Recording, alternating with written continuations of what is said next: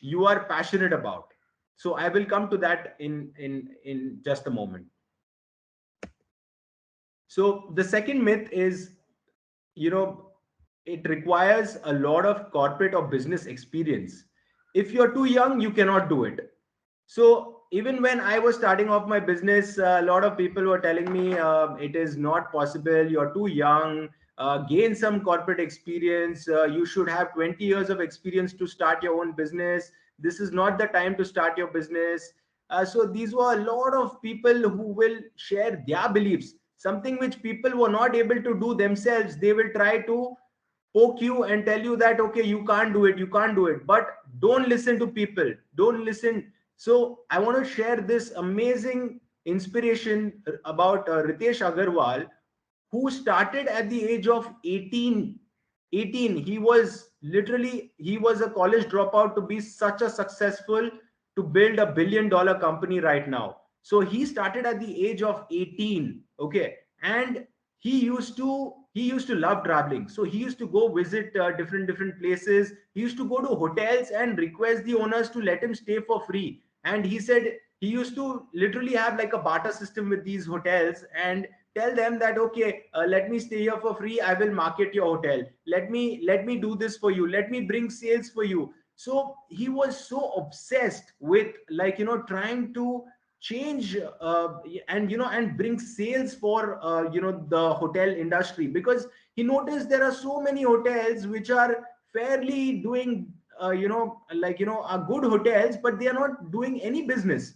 So he saw the problem, like where they were lagging, and he found a solution to it. And he started approaching these hotels. He told them, I will get you business. What he started doing, he started revamping those hotels in little ways, and started bringing business to them. So these hoteliers were super impressed, that they were really happy that, okay, there's someone who can get us more business. Absolutely, this sounded like a great idea. So he got, um, seeing his idea, a lot of investors started investing on his idea.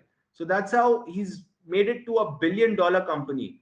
And at the age of 23, now he is probably, I think, 26 or 27, but you can imagine making $1 billion company by the age of 23. And I can give you many more examples. Like there is Mark Zuckerberg is there, one of the most popular companies that everyone is aware of. So he was a college dropout himself, and it's not that he had a lot of corporate experience. He had no experience in business. So over the journey, you have to be ready to learn, keep learning. So even if you take me as an example, I knew nothing about business, nor do I come from a business background. My entire family is of a service background. So when I started my business, even I didn't know anything about business. It's over the journey. You should have the mindset to learn. And with the current number of tools we have, every day you could be learning something new. So you should have the mindset to learn. That's, and there is no barrier for age. You can become an entrepreneur at any age. There's no problem at all. The myth number three is, a lot of people think, okay, I have a lot of money, I'll take my dad's money, they just have an idea and they think, okay, they'll just hire people and get the job done. That's not how it works. You have to be the brainchild for the idea. You have to implement and execute it yourself. So this is where you will understand how the systems and processes work in your business. That is how you will be able to define the value system of the organization. That is how you'll be able to define various aspects of the business. That's when you'll know how to sell your own product or service that you have. So it is very important that you start doing everything from scratch. Like, you have to do everything in the start. I mean, only in the start.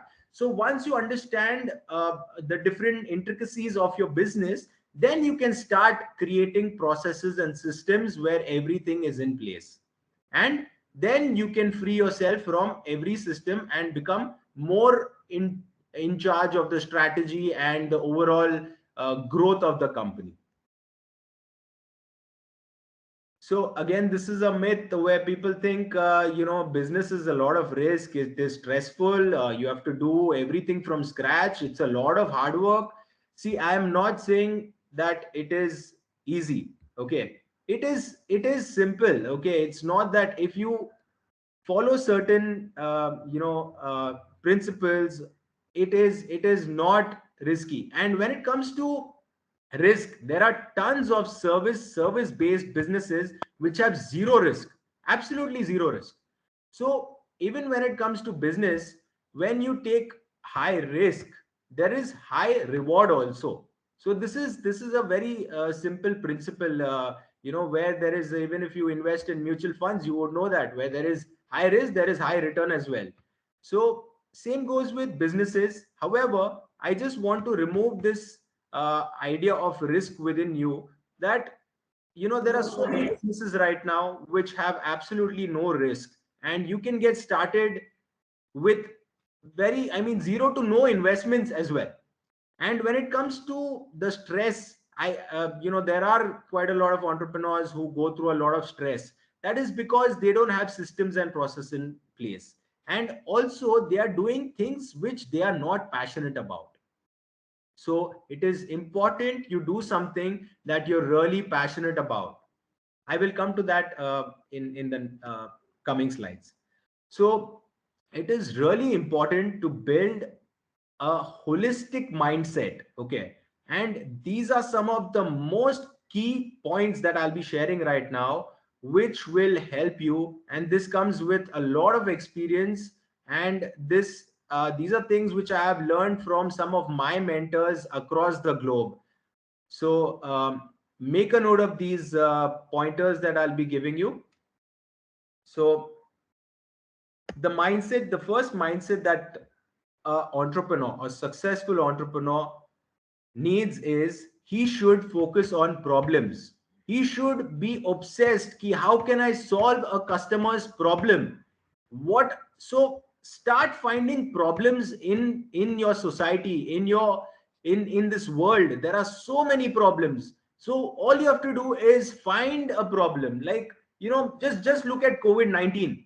The one who solved the problem is making billions and trillions, right?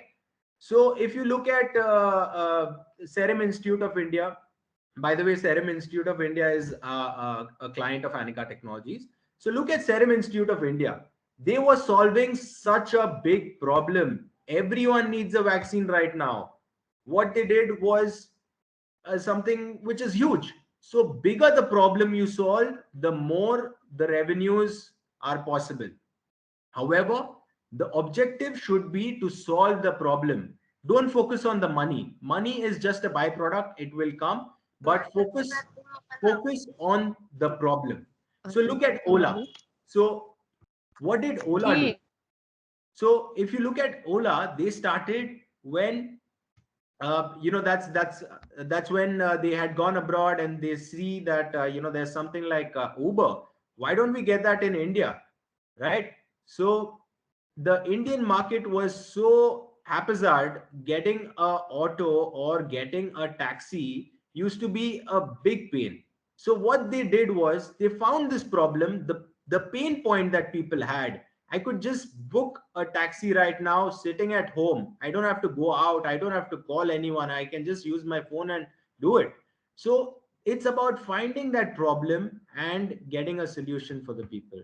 Look at Shopify. Shopify, again, as I spoke in the previous slides, how they are able to help so many people start a business.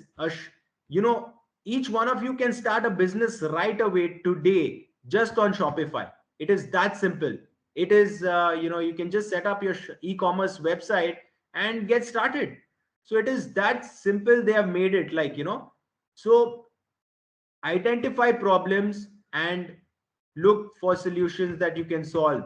As an entrepreneur, your objective, your goal should be to serve and add value. Okay. Now, this is one of the most important things a lot of entrepreneurs in this generation are missing out on. I see a lot of entrepreneurs. I mean, I have a huge network of entrepreneur friends, And I see a lot of people are stuck in different zones. Like, see, you have to merge your passion, skills, and market. So, what you love doing is your passion. What you are good at is your skill. What you can make, what you can make money doing is the market. Okay. So, what you need to have is this sweet spot in the middle. Okay. So that's where you have to merge your passion, skills, and the market. That's when you'll be able to have a fulfilled and a happy life, right? So I see a lot of entrepreneurs who are good at what they're doing. They also see a market for that, but they're not happy. They are not happy. They are stressed. They are lonely. They are like, they don't have clarity. They're like, Arey, I have already invested so much time in this, like, how can I leave this and quit this and do something new? Imagine you will be spending 40 to 50 years of your life working. That is like literally, if I remove just your sleep, it is like around 70% of your lifetime you'll be spending on working. And if you're going to do something that you don't love doing, it is absolutely like you will never have fulfillment. No matter how much money you make, you will never have that fulfillment. So it is very important that you merge your passion, your skills to a existing marketplace. All right. So, an ideal successful entrepreneur has to have this quality of being persistent and resilient. So, I want to share this really amazing quote by Thomas Edison. He says, I have not failed. I've just found 10,000 ways that won't work. So, that is the kind of resilience and persistence that you should have. You should have a perception. You should perceive things that, that's not a failure. You're getting closer to success. You're getting closer. That's how you should see. So even before Anika Technologies, I want to share the story. I had 4 failed startups, but every failed startup taught me more and more. And also, I was growing over those times. I was just growing. So with every failed startup, I learned something new. That okay, this is something which I shouldn't be doing next time. This is something which doesn't work. This is something which is not my cup of tea. This is something which I don't enjoy. I don't want to do this. So it's okay to start from zero. So be in a state of resilience where you can bounce back and come back no matter what people say. The moment you fail, people will pinpoint you, show your failures to you, but you shouldn't fall for that. Like, there will be your family members, your relatives, your friends, there would be people who will say, Arey yaar, this is not going to work for you, why don't you do something else? So there will be a lot of people rubbing out their beliefs on you, but you shouldn't fall for that. So go on and keep being persistent and resilient. So this is one of the most important uh, aspects. Like, once you have certain processes and systems and strategies, you will have a working model of your business. So this is something which, as an entrepreneur, you should have processes, systems in place. So what is a process? What is a system? So when it comes to creating system, a system is something which can function by itself. Say, for example, I replace someone who is working in the, say, marketing department of an organization. I get someone else there. No matter who comes there, the system is in place. So the processes and systems are in place. So the work will go on, the show will go on. Like McDonald's, look at McDonald's. How do they have so many standardized? Everywhere you will see the same kind of systems and processes, right? So that is the kind of systems you need to create.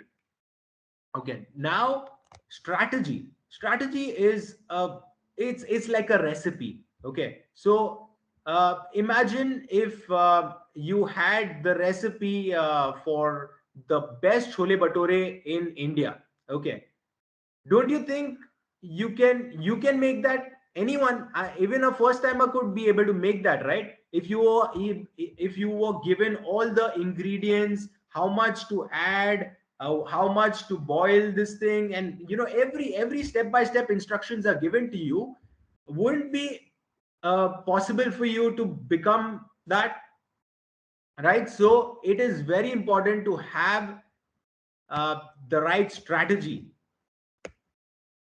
So, an ideal entrepreneur, a successful entrepreneur, keeps learning every day. So, in an interview, when Bill Gates was asked, like, if you had one superpower, what is it that you would like to have?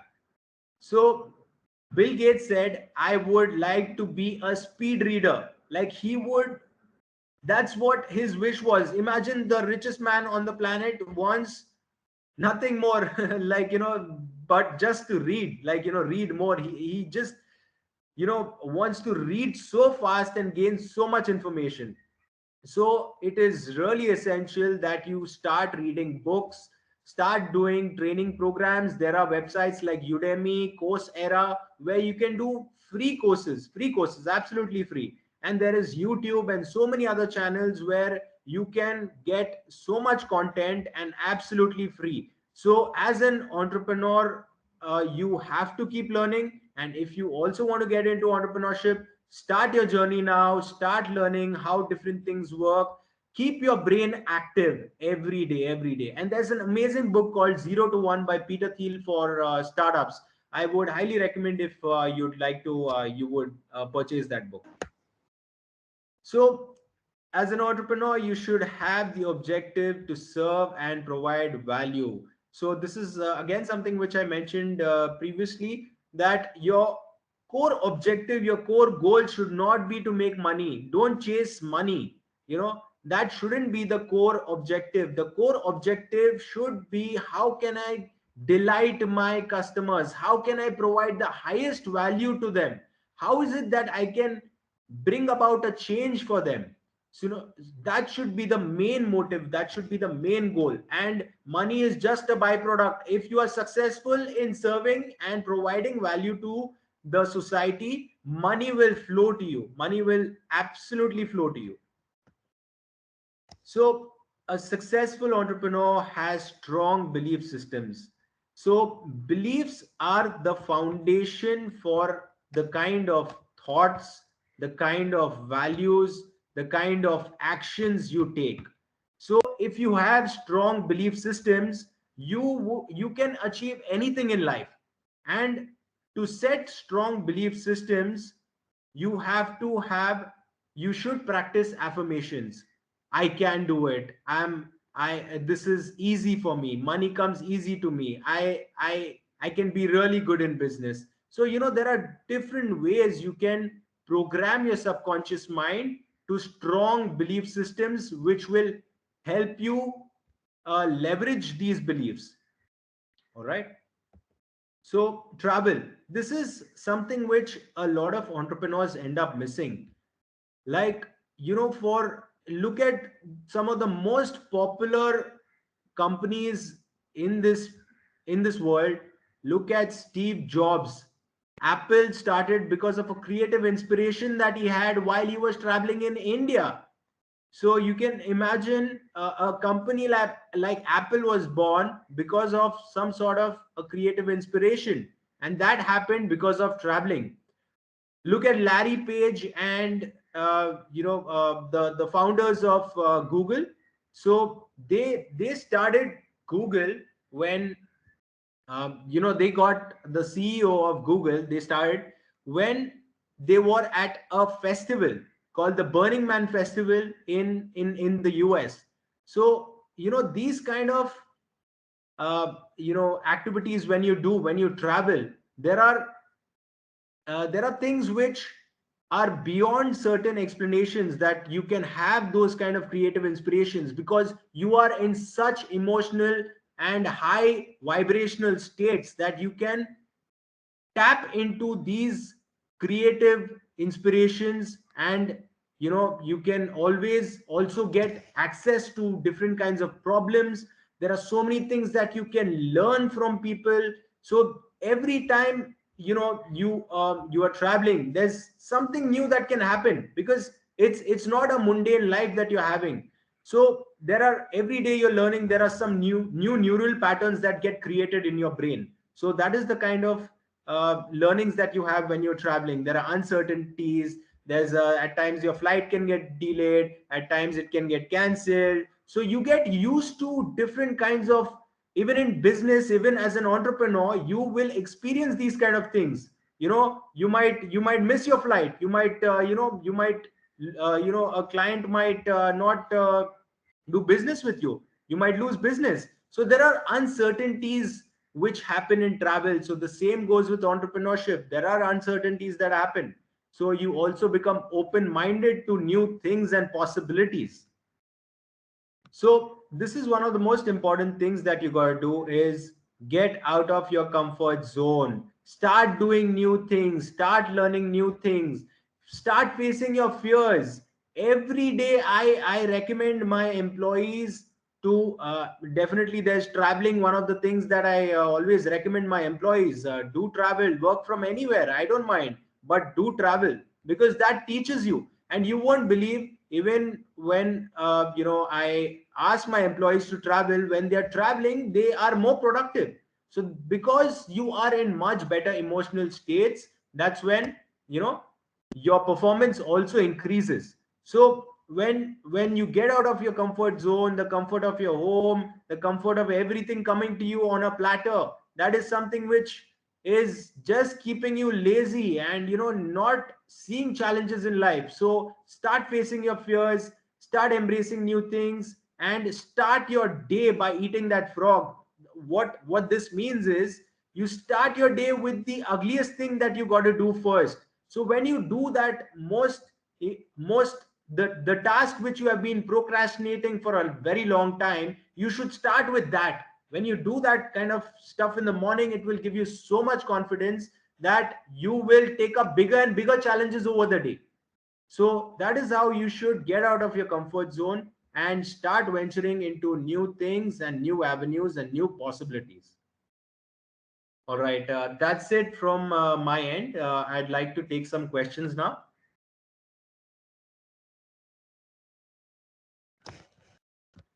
And for those of you who want to get connected with me, can connect on LinkedIn, uh, and also follow our pages. Thank you very much, sir, for your motivating words. And I hope some of your participants would like to now think in the direction of entrepreneurship. I request the participants, those who have any questions, they can ask.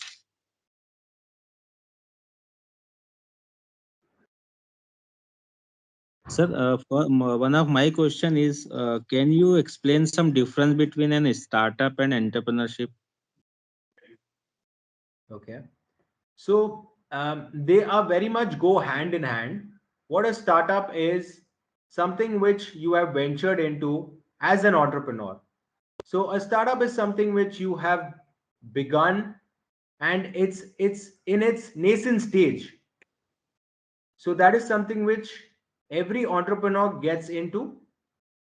So an entrepreneur can also be part of a startup, right? So that's how it is. And as an entrepreneur, you can also be a solo entrepreneur, but as a startup, it means it's an organization. So that's the difference. As an entrepreneur, you could also be a solo entrepreneur, but as a startup, it's an organization. It could be a funded startup. It could be a startup with having maybe even 10 employees. Doesn't matter.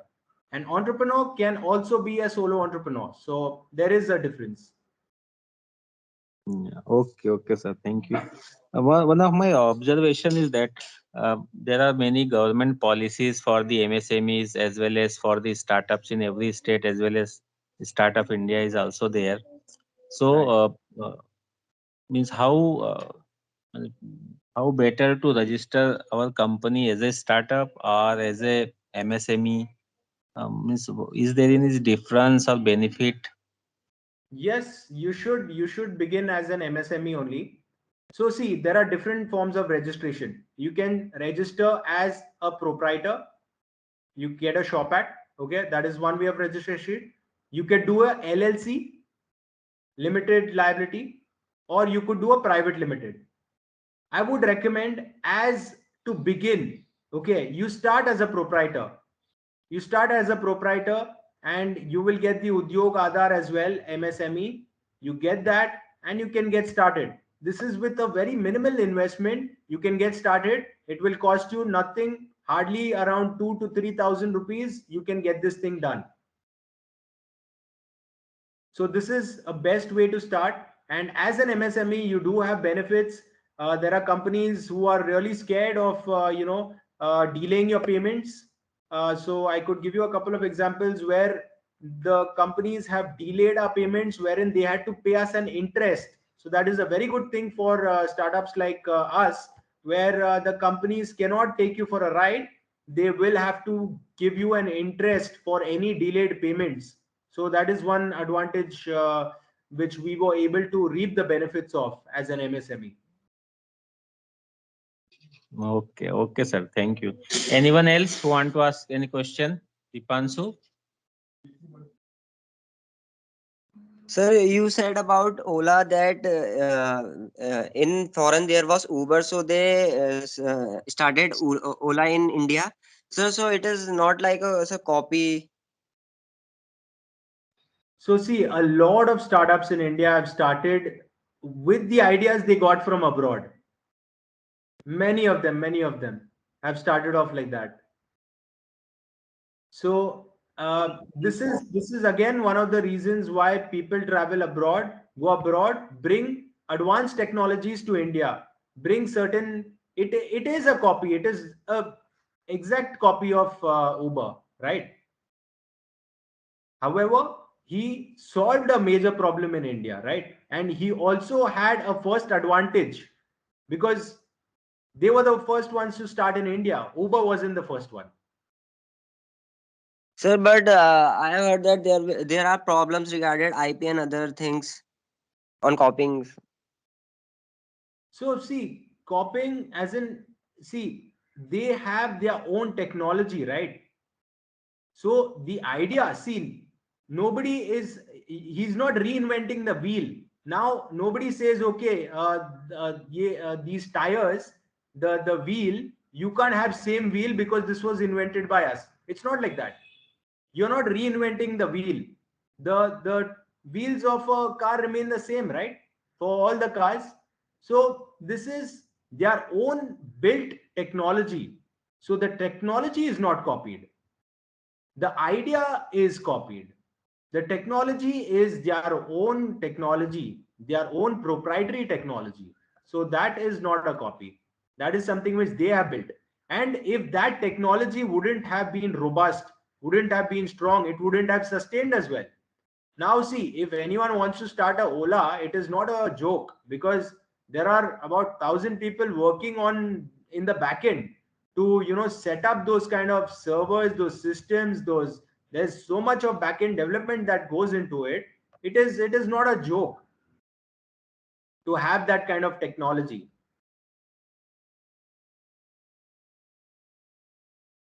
Sir, so if Uber would have launched earlier in India than Ola would not have been established. Yeah, that can be a possibility. Yeah, I mean that could have happened.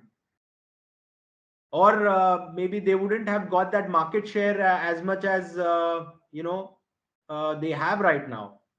They would have probably had a lesser market share as they had that advantage of first moving to India. They had an advantage. There is always an advantage of a first mover, getting into the market space. So they did have an advantage over Uber. Okay, sir. I think there is some issue in her voice. So thank you very much, sir, for your suggestions and the motivation. I think this will help us very much in the our promoting the entrepreneurship and startup ecosystem in our institute. And we will continue our communication with you, sir, and seek your guidance in the future also. So thank you once again to all the participants, and thank you very much, sir.